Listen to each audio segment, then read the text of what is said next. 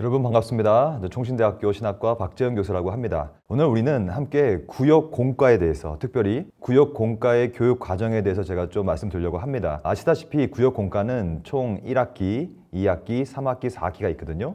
이 각각의 내용들을 좀 볼 거고요. 특별히 이번에는 여러분 우리가 교리를 가지고 합니다. 그래서 아마 여러분들 가운데 교리라면 너무 어려운데 이런 생각을 가질 텐데요. 그래서 이 영상을 통하여 좀 도움을 드리려고 하는 것입니다. 그래서 긴 시간은 아닐 것 같고요. 1학기, 2학기 한 20분 정도, 또 3학기, 4학기 20분 정도를 할 겁니다. 그래서 여러분들이 오늘 좀 기억할 건 뭐냐면, 왜냐면 여러분들이 인도자 아니시겠어요? 인도자? 인도자는 반드시 가는 방향성을 정확히 알고 가야 합니다. 그러니까 이번 우리 구역 공과는 핵심의 가치는 뭐냐면 바로 이겁니다. 이게 굉장히 아름다운 열매가 있잖아요. 여러분, 열매는 왜 나올까요? 열매가 잘 나오려면 뭐가 필요할까요? 뿌리가 없으면 열매는 나올 수가 없습니다. 그건 분명하죠. 그러므로 이번 우리 구역 공과도 그렇고 우리 하나바이블 주일학교 교재도 그렇고요. 우리는 다 함께 뿌리를 든든히 해가지고 열매를 무럭무럭 맺히자, 요 개념으로 가는 것이죠. 그래서 하나님 나라 백성은 뿌리가 든든해야 하고, 그 뿌리가 든든하다면 열매가 많이 나온다, 요 개념을 좀 함께 보려고 합니다. 그래서 특별히 먼저 이 구역 공과를 보기 전에 핵심적인 성경 구절 하나를 해석하겠습니다. 이 성경 구절은 이 뿌리와 열매의 관계를 대단히 잘 묘사하고 있는 성경 구절이라고 생각합니다. 그게 뭐냐면 로마서 6장 22절 말씀이거든요. 이것을 보면요, 이렇게 나와 있어요. 이 로마서 6장 22절은 한편에서는 뿌리에 대한 얘기를 하고 있고요, 또 다른 면에서는 열매에 대한 얘기를 하고 있습니다. 그러니까 우리가 이번에 볼 주제죠. 그러나 이제는 너희가 죄로부터 해방되고 하나님께 종이 되어, 이게 여러분과 저의 뿌리예요. 그 말은 여러분들이 이제 같이 구역을 하고 계시는 구역 인원들도 뿌리가 바뀌었다는 것은 죄로부터 해방됐다는 뜻입니다. 이것 쉽게 말하면 구원받았다는 뜻이죠. 즉, 구원을 받지 않으면 이 뿌리가 바뀌지가 않아요. 왜냐하면 우리 인간은 태어날 때부터 죄의 모습으로, 본질상 진노의 자녀로서, 사탄의 노예로서 죄를 짓고 태어나거든요. 그렇게 태어나자마자 죄 가운데 빠져 삽니다. 근데 그 뿌리를 바꿔주는 거거든요. 이 뿌리를 바꿔준다는 얘기를 이 본문에서는 너희가 죄로부터 해방되었다. 즉, 여러분과 저의 뿌리가 박혀있는 곳은 이제 더 이상 죄의 땅이 아니란 얘기입니다. 구원의 땅, 은혜의 땅, 하나님께서 주시는 이 해방의 땅 안에 우리가 뿌리가 내려 있다는 것이죠. 그럼 여기서 멈추면 안 됩니다. 뿌리가 이렇게 내려 있다면 이제 어떻게 살아야 되는가? 그게 바로 그 다음 구절이에요. 거룩함에 이르는 열매를 맺으라. 그러니까 여러분이 뿌리가 지금 어디에 있느냐의 문제죠. 여러분들 뿌리가 굳건한 은혜와 구원과 해방의 뿌리 위에 있다면 반드시 이제 열매가 나온다는 것이죠. 여러분, 요 그래픽을 보십시오. 저도 이 그래픽을 참 좋아해요. 왜냐하면 이게 생명이거든요. 그러니까 진짜 뿌리가 있다면 이게 자라가지고 열매가 맺힌다는 것이죠. 아마 이 영상을 보시는 우리 구역장께서는 굉장히 신앙생활을 오래 하셨겠죠. 그래서 구역장도 하시고 중직자로서 교회를 섬기시지 않겠습니까? 그러면 여러분, 우리가 오랫동안 교회 생활을 한다는 것은 이 뿌리가 든든하다는 얘기예요. 그러면 과연 여러분들은 열매가 있습니까? 열매는 핵심은 뭐냐면 삶의 변화입니다. 여러분들은 삶의 변화가 있으십니까? 이 변화가 열매거든요. 열매가 있다면 반드시 꽃은 핍니다. 저는 이 꽃을 좋아해요. 왜냐하면 이 꽃이라는 것은요, 활짝 펴야 이쁘거든요. 이 열매예요. 그러니까 우리의 삶이 뿌리가 바뀐다면 당연히 바뀐 뿌리로부터 활짝 꽃이 피고, 동시에 이 딸기 보세요, 여러분. 와, 너무 맛있겠죠? 이 딸기도 익어야 맛있죠. 열매가 맺히고 익고 그래야 누군가에게 달콤함을 주는 거 아니겠습니까? 마찬가지입니다. 신앙생활을 오래 해도 우리의 뿌리가 흔들린다면 남에게 달콤함을 주기는커녕 남에게 상처 주고 남에게 갈등 조장하고, 이런 게 또 우리의 잘못된 열매들 아니겠습니까? 그래서 우리는 성령과 더불어 뿌리가 바뀌었으니 열매, 성령의 열매가 나와야 된다는 얘기. 이게 이제 이번 우리 구역 공과 주제입니다. 그래서 아마 여러분들도 농사를 지어 보셨을 텐데요. 그럼 농사를 지을 때 중요한 게 뭐겠습니까? 물을 주고 비료를 주고 또다시 계속해서 이걸 케어하고 계속 해야지 열매가 나오는 것처럼, 이번 우리 구역 공과의 핵심은 그러므로 어떻게 뿌리를 든든히 할 것이냐. 그 뿌리는 무엇이겠습니까? 바로 교리입니다. 이번에 우리 주제가 교리거든요. 교리라는 것은 어려운 게 아니에요, 여러분. 왜냐하면 여러분들도 그렇고 저도 그렇고 우리는 교회를 오래 다녔기 때문에 교회를 다닌다는 얘기는 설교를 듣고 또 공과 공부도 하고 구역도 하고 이런 것들을 다 교리를 공부했다고 보는 거예요. 하나님이 누구시고 이게 잘 나와 있습니다. 하나님이 누구시고 신론이죠. 인간이 누구며 여러분과 제가 누구며 기독 그리스도가 누구시고 구원이 뭐며 교회가 무엇이고 앞으로 재림이 어떻게 될 것인가. 요게 이번에 우리가 볼 구역 공과 교재입니다. 그래서 1학기는 성경과 하나님, 2학기는 인간과 그리스도, 3학기는 성령과 구원, 4학기는 교회와 종말. 이것들이요, 여러분 굉장히 밀접하게 연결되어 있습니다. 그래서 여러분들이 구역을 인도하실 때 이 유기적 상관관계를 꼭 염두하셔야 돼요. 그러니까 막 씨를 뿌려서는 안 됩니다. 다 흐름이 있고 순서가 있고 그 순서를 오늘 저는 영상을 통하여 함께 나누려고 하는 것이죠. 그럼 그 순서가 뭐냐면 이렇게 되어 있습니다. 저는 1학기, 2학기를 먼저 볼 건데요. 1학기, 2학기의 핵심은 성경이 뭐고 하나님이 누구신가. 그래서 여러분들이 구역을 인도하실 때 꼭 이것을 염두한 채로 인도하셔야 됩니다. 이번에는 1학기 때는 성경을 배우고 성경에 나타난 하나님을 배우자 이 얘기고요. 그 뿌리를 든든히 하면 우리 삶의 열매가 나옵니다. 이 내용이고요. 2학기 때는 하나님을 알면 하나님이 만든 존재라고 하는 인간이 깨달아져요. 내가 누군지가 발견됩니다. 그래서 인간이 누구고 안타깝게도 그 인간을 계속 알다 보면요. 인간이 얼마나 큰 죄인인가 이걸 드러나게 돼요. 그래서 이 죄인이라는 것은 우리는 이제 소망이 없으니 그리스도라는 구세주가 필요하다. 여러분 느끼셨어요? 이게 다 유기적 상관관계가 있다는 것입니다. 그래서 1학기, 2학기까지 배우고 그 다음 영상에서는 3학기, 4학기까지 갈 거거든요. 그래서 한번 집중하셔서 여러분 짧게 핵심만 간추릴 테니 핵심을 캐치하시고 구역에서 잘 나눠주셨으면 좋을 것 같아요. 첫째, 성경론 가장 중요합니다. 왜냐하면 우리의 뿌리는 다른 게 아니에요. 성경이죠. 그러니까 성경이라는 뿌리는 곧 우리에게 교리를 주는 거예요. 왜냐하면 성경은 교리를 말하고 있거든요. 하나님이 누구시고 성경이 무엇이며 인간이 무엇이며 그리스도가 누구신가. 그래서 여러분들이 이 구역 공과를 보시면요. 아마 딱 아실 거예요. 처음 1단원이야말로 바로 성경에 대한 교리다. 그래서 이러한 큰 틀에서 제가 핵심을 하나 말씀드릴 텐데요. 그게 뭐냐면 교리와 교의와 말씀의 관계성이에요. 이게 뭐냐면 아마 여러분들도 성경을 많이 아시겠죠. 근데 성경의 내용은 체계적으로 되어 있지만 이 자체로는 아주 풍성한 진리의 체계거든요. 그래서 많은 성경의 진리를 요약해야 돼요. 핵심적인 것들을 요약한 거죠. 요약한 것을 가리켜서 교리라고 불러요. 그러니까 여러분도 그렇고 저도 그렇고 성경을 막 알아서는 안 됩니다. 체계적으로 알아야 되고 그 이유는 아시다시피 지금 한국에는요. 이단이 너무나 많아요. 뭐 이단뿐만이 아니라 제가 볼 때는 사이비가 더 많아요. 그러면 사이비는 뭐예요? 사이비는 성경으로 하지 않는 걸 사이비라고 해요. 그러니까 우리가 이런 것을 알아야 되는 이유는 이단과 사이비와 싸워야 되기 때문에 그렇습니다. 그래서 말씀을 정확히 내가 알게 되면 드디어 교리를 알게 되는 것이고 이 교리는 교회에서 확증합니다. 그것을 교의라고 불러요. 그래서 교회에서 이것이야말로 우리가 믿는 교리입니다 라는 것을 확증한 것을 신앙고백서라고 불러요. 아마 여러분들도 들어보셨을 겁니다. 뭐 웨스트민스터 신앙고백서, 웨스트민스터 소유리문답, 대유리문답 다 교의입니다. 왜냐?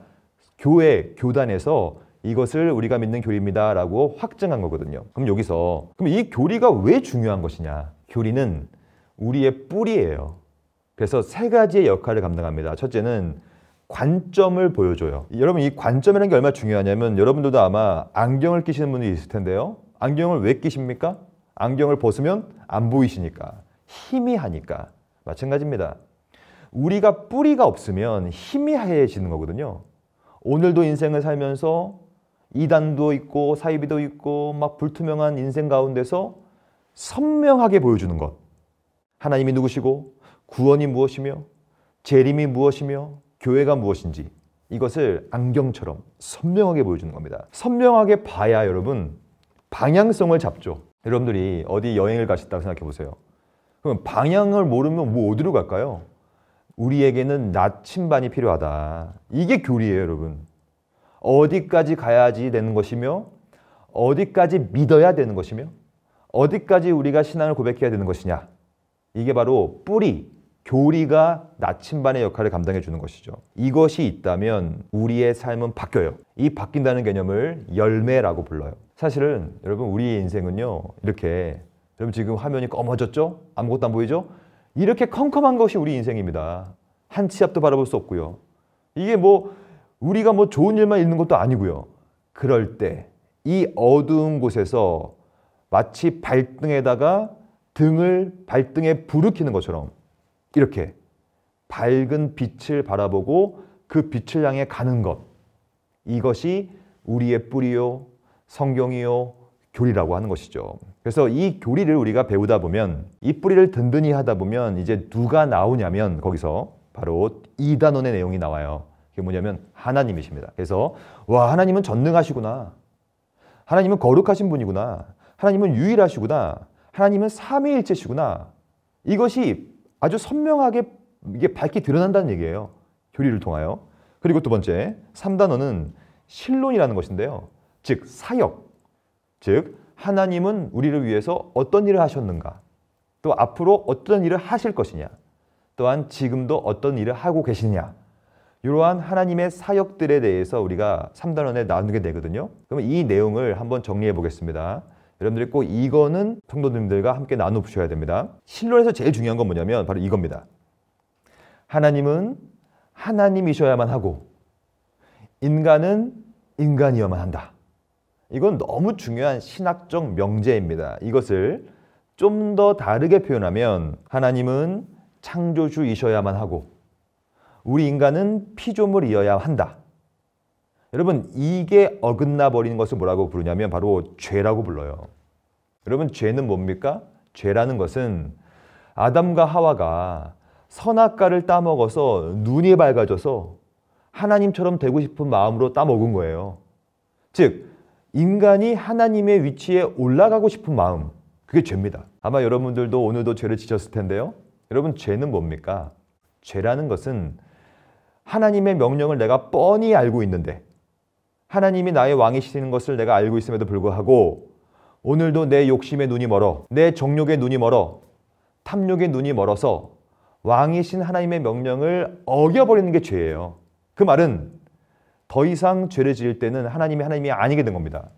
즉 여러분과 제가 왕이 되고 여러분과 제가 하나님이 되는 것이거든요. 그래서 이 명제가 중요한 겁니다. 하나님은 하나님이셔야 되고 인간은 인간이어야만 한다. 이것을 신학에서는 뭐라고 부르냐면 절대 주권이란 말을 써요. 하나님이 절대 주권자다. 여러분들이 구역 공과를 하시면서 이 하나님의 절대 주권, 이것을 잘 묵상하십시오. 이게 너무너무 중요한 내용이니까요. 사실 하나님의 절대 주권을 인정한다는 것이 여러분과 저의 인생의 뿌리입니다. 뿌리. 이게 왜 중요한지 말씀드릴게요. 사실 하나님은 모든 것을 계획하십니다. 절대적으로. 그래서 웨스민스터 소요리 문답에 보면 이런 말이 나와요. 그 뜻대로 하신 영원한 경륜인데 이로 말미암아 자기의 영광을 위하여 모든 일들을 다 계획하고 작정하신다. 하나님의 절대 주권이죠. 하나님은 하나님이세요. 하나님은 창조주세요. 이분은 왕이세요. 그러므로 우리의 뿌리가 하나님을 하나님으로 인정하는 순간 이제 우리의 열매가 나오게 되죠. 뭐냐면 바로 그것이 하나님의 작정을 깊이 묵상하시면요. 반드시 나오는 열매는 뭐냐면 범사에 감사하게 됩니다. 이게 너무 중요한 내용이죠. 사실 우리는 왜 오늘도 불평하고 오늘도 하나님을 원망하고 오늘도 왜 하필이면 내가 이런 집안에 요즘에 이런 말이 있잖아요. 흙수저. 여러분 흙수저가 어디 있습니까? 다 하나님의 자녀지. 그러니까 하필이면 나에게 이런 부모를, 하필이면 이런 직업을, 하필이면 이런 아내를. 그럼 여러분 맨날 불평하고 살 것입니까? 그러면 안 되잖아요. 왜 안 되냐?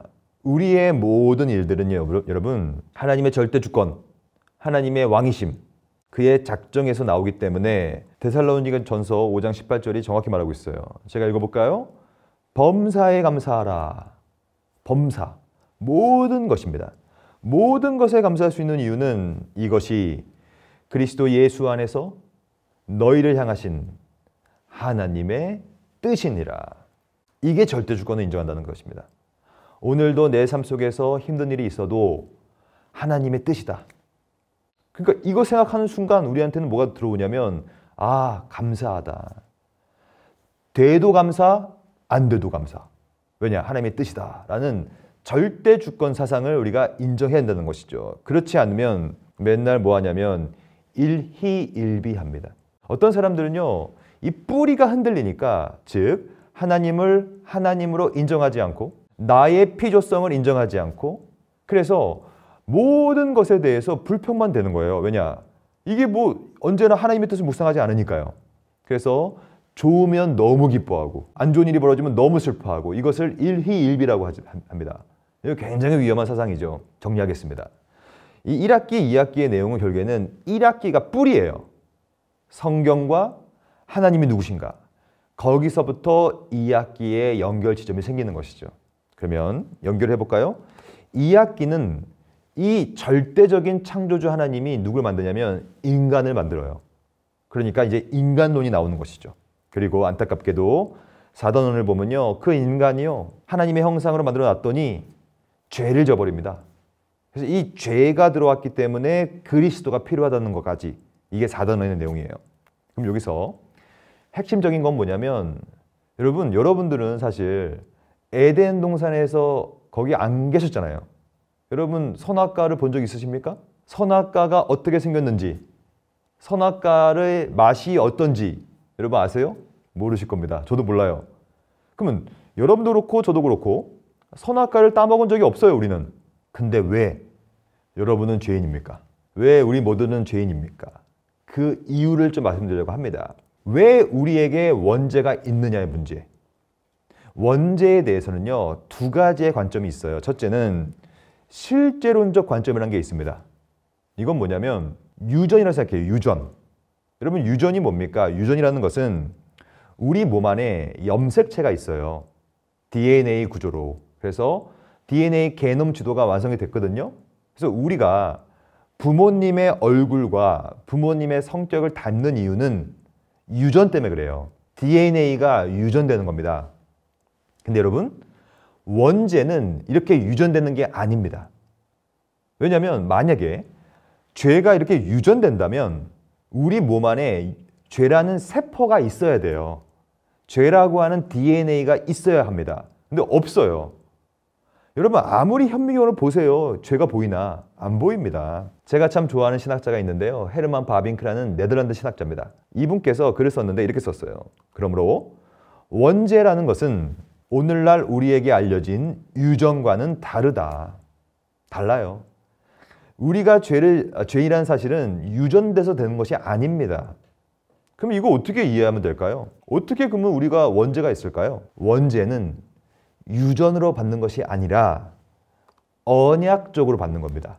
이것을 뭐라고 하냐면 전문적인 용어로 하면 언약적 정가. 이게 조금 어려운 표현이긴 하지만 한번 들어보십시오. 언약 속에서 정가되는 겁니다. 이것이 로마서 5장 18절에 잘 나와 있어요. 그런즉 한 범죄로 많은 사람이 정죄에 이른 것 같이. 왜 그럴까요? 왜 아담의 죄가 나의 죄가 되었을까요? 왜냐? 아담이 우리의 언약적 대표니까. 대표.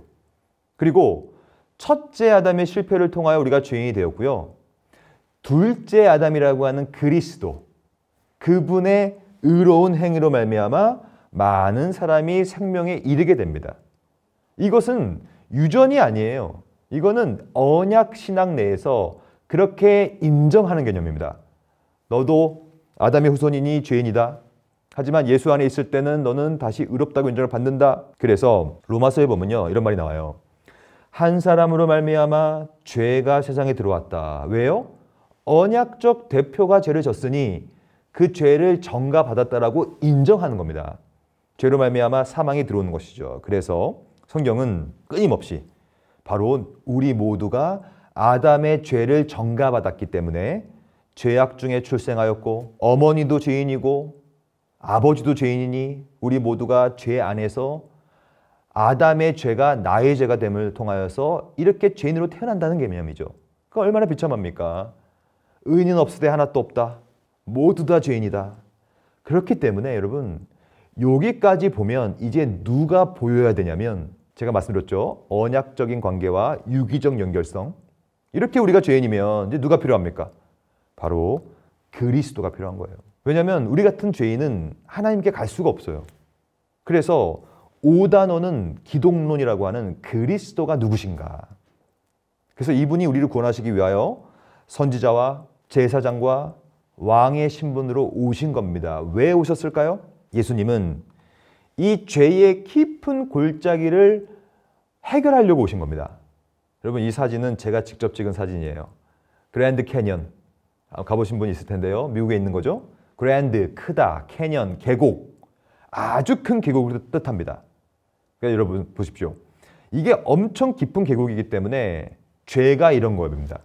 죄는 하나님과 우리 사이에 깊은 골짜기를 만들어버려요. 그래서 하나님과 우리를 분리시켜버립니다. 그 분리시켜버리는 것들을 예수께서 오셔서 다시 이어준 거거든요. 그 이어준 것을 뭐라고 합니까? 바로 중보자라고 말하죠. 중보자.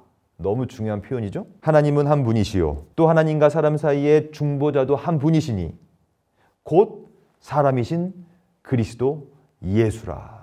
그래서 여기서 보면 헬라어가 메스테스라고 하는데요. 중보자라는 뜻인데요. 옆에 보면요. 뜻이 나와요. 중개인, 대리사절, 화해자, 조정자, 중재자 이렇게 쭉 나오는 거죠. 즉 여러분도 죄인이고 저도 죄인이에요. 왜냐? 아담의 후손이니까. 언약적인 대표가 죄를 지어서 우리도 죄인입니다. 그러면 이 죄를 어떻게 해결하겠습니까? 돈으로도 못 가요? 하나님 나라. 힘으로도 못 가요? 하나님 나라. 거듭나면 가는 나라. 이 거듭나는 게 뭐냐면 바로 이 죄악의 깊은 골짜기를 예수께서 이어줘가지고 우리를 다시 태어나게 만드는 개념이거든요. 그럼 이거 어떻게 하시나?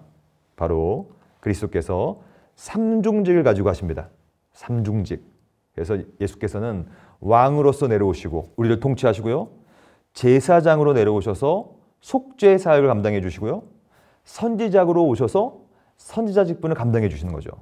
여러분 구역 공가에 보면 이것을 한 주 한 주 잘 적어놨습니다.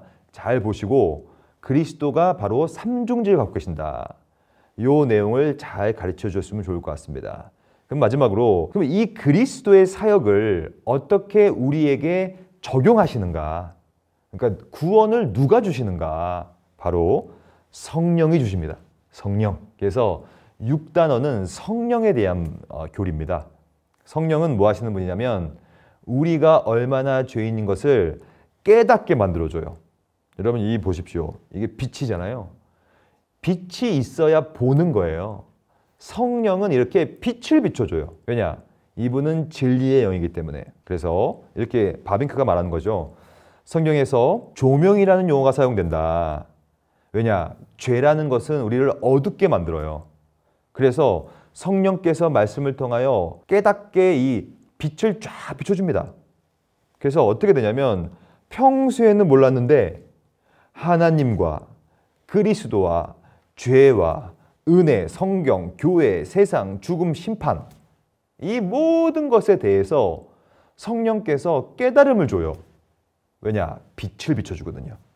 그래서 저는 여러분들이 구역 공과를 하면서 이 성령의 조명을 기도하셨으면 좋겠어요. 왜냐하면 성령께서 빛을 비춰주지 않으면 이 구역 공과 아무리 해도 이거 아무것도 못 깨달아요.